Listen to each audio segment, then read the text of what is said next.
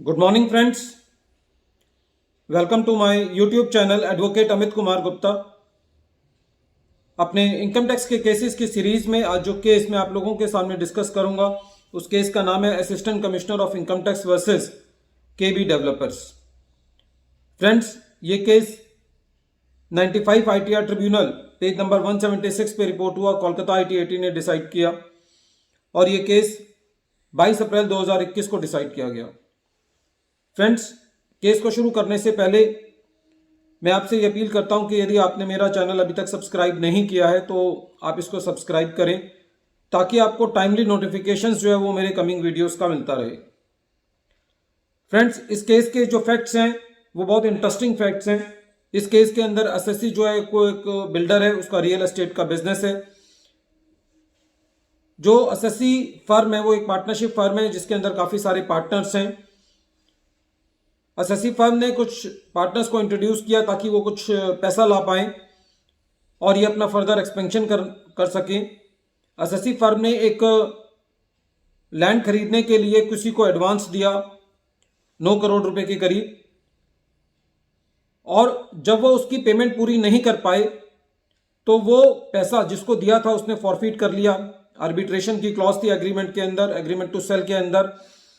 SSC agreement में arbitration में गया और आर्बिट्रेटर ने भी ये फैसला किया कि क्योंकि एसएससी जो है वो अपनी पेमेंट नहीं कर पा रहा है इसलिए जो एडवांस दिया था वो फॉरफिट कर लिया जाए।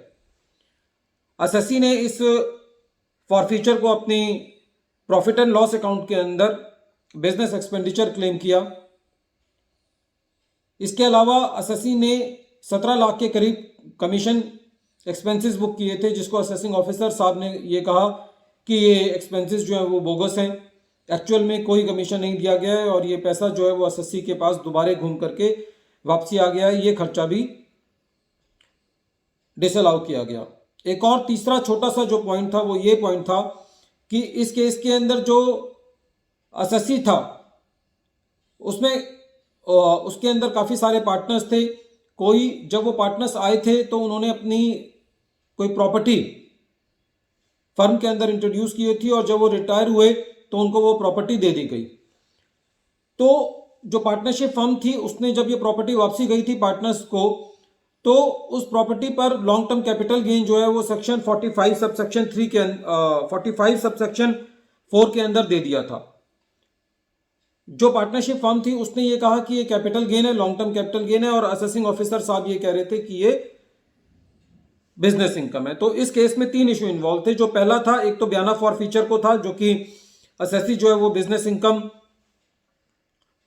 बिजनेस एक्सपेंडिचर जो है वो क्लेम कर रहा था। तो इसके लिए सीआईटी ने एसएससी को रिलीफ दे दिया कि ये बिजनेस एक्सपेंडिचर जो है वो एसएससी को मिलना चाहिए, क्योंकि डिपार्टमेंट ये बात प्रूव नहीं कर पाया कि जो एग्रीमेंट है वो फर्जी है।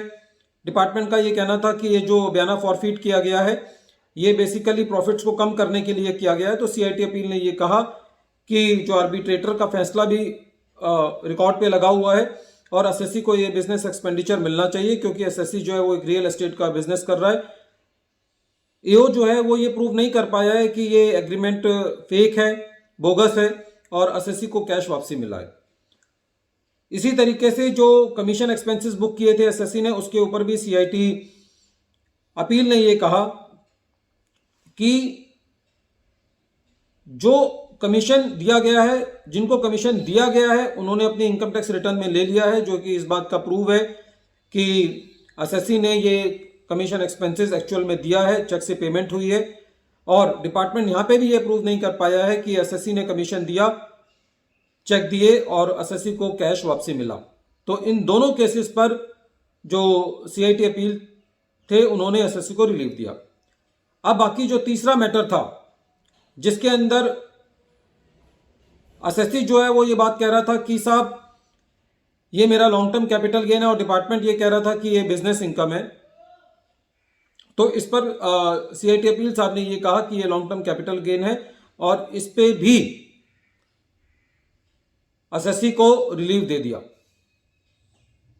जब डिपार्टमेंट आईटीएटी गया तो उस वक्त एसएससी ने एक नया ग्राउंड रेज किया ये कहते हुए कि ये लॉन्ग टर्म कैपिटल गेन भी नहीं था, क्योंकि बाकी दो केसेस के लिए तो डिपार्टमेंट ने ITAT जाना था, बयाना फॉर फीचर और कमीशन के लिए। तो उसके लिए तो डिपार्टमेंट जो है वो अपील में जाना ही था। और जो तीसरा मैटर था जो एसएससी ये कह रहा था कि ये लॉन्ग टर्म कैपिटल गेन है और डिपार्टमेंट ये कह रहा था ये बिजनेस इनकम है, तो इस पे भी CIT अपील ने एसएससी को रिलीफ दे दिया था, ये कहते हुए कि ये जो CIT अपील है इन्होंने ये फैसला ठीक नहीं दिया है कि ये लॉन्ग टर्म कैपिटल गेन है। तो तीनों मुद्दों पर जो डिपार्टमेंट है वो ITAT के अंदर अपील में था, लेकिन ITAT के अंदर एसएससी ने एक नया ग्राउंड रेज ये किया कि जो एसएससी ये कह रहा था कि ये लॉन्ग टर्म कैपिटल गेन है, एक्चुअल में ये लॉन्ग टर्म कैपिटल गेन भी नहीं है, क्योंकि एसएससी का ये कहना था कि जब पार्टनरशिप फर्म के अंदर पहले ये लैंड लाई गई, जब पार्टनर्स आए और जब वो पार्टनर्स गए तो उन्होंने ये लैंड वापसी ले ली, एक्चुअली ये ट्रांसफर नहीं है। ITAT ने जो पहले दो मैटर थे, जो बयाना फॉर फीचर का लॉस था उसको अलाउ कर दिया, जो कमीशन दिया था उसको अलाउ कर दिया, ये कहते हुए कि जो CIT अपील ने जो फैसला दिया है और जो रीजनिंग दी है वो बिल्कुल ठीक है।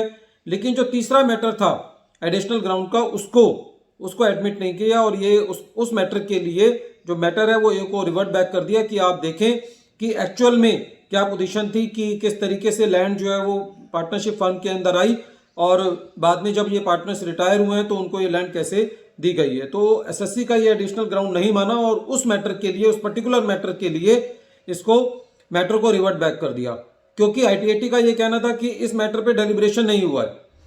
और अब एसएससी का खाली ये कह देना कि ये लॉन्ग टर्म कैपिटल गेन भी नहीं है, ये ट्रांसफर भी नहीं है, तो इस मैटर के ऊपर ईओ ने अभी अपनी पूरी रिपोर्ट देनी है और पूरा इसको स्टडी करना है।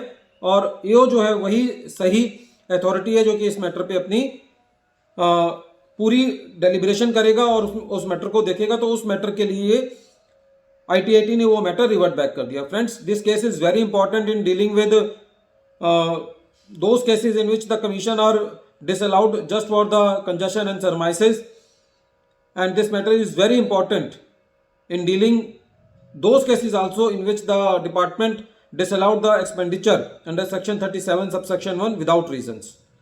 Once again I am repeating the name of the case. The name of the case is Assistant Commissioner of Income Tax versus KB Developers. Thank you friends.